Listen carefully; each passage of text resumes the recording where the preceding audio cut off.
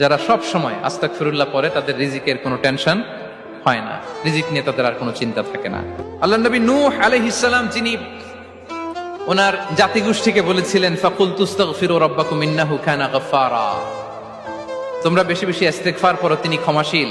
ইস্তিগফার করলে কি হবে? ইউরসিলিস সামাআ আলাইকুম মিদরারা, রহমতের বৃষ্টি বর্ষণ হবে, তোমাদের জমিগুলো উর্বর হবে।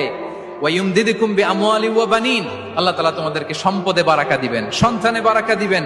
ওয়া ইয়াজআল লাকুম জান্নাতিন ওয়া ইয়াজআল লাকুম আনহারা, তোমাদের ফসল ক্ষেতগুলো সবুজ শ্যামল হয়ে ভরপুর হবে, তোমাদের রিজিকে বারাকা নেমে আসবে।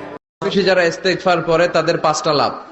নাম্বার 1, মান লাজিমাল ইস্তিগফার, যে ইস্তিগফারের সাথে আঠার মতো লেগে থাকে সে পাঁচটা জিনিস পায় জীবন। 1 নাম্বার, জাআলাল্লাহু লাহু মিন কুল্লি যিকিন মাখরাজা, সব বিপদ থেকে তার উদ্ধার করে কে? আল্লাহ। নাম্বার 2, ওয়া মিন কুল্লি হাম্মিন ফারাজা, যে সব সময় আঠার মতো ইস্তিগফারের সাথে লেগে থাকবে আল্লাহ তাকে দুশ্চিন্তা থেকে মুক্তি দিবেন।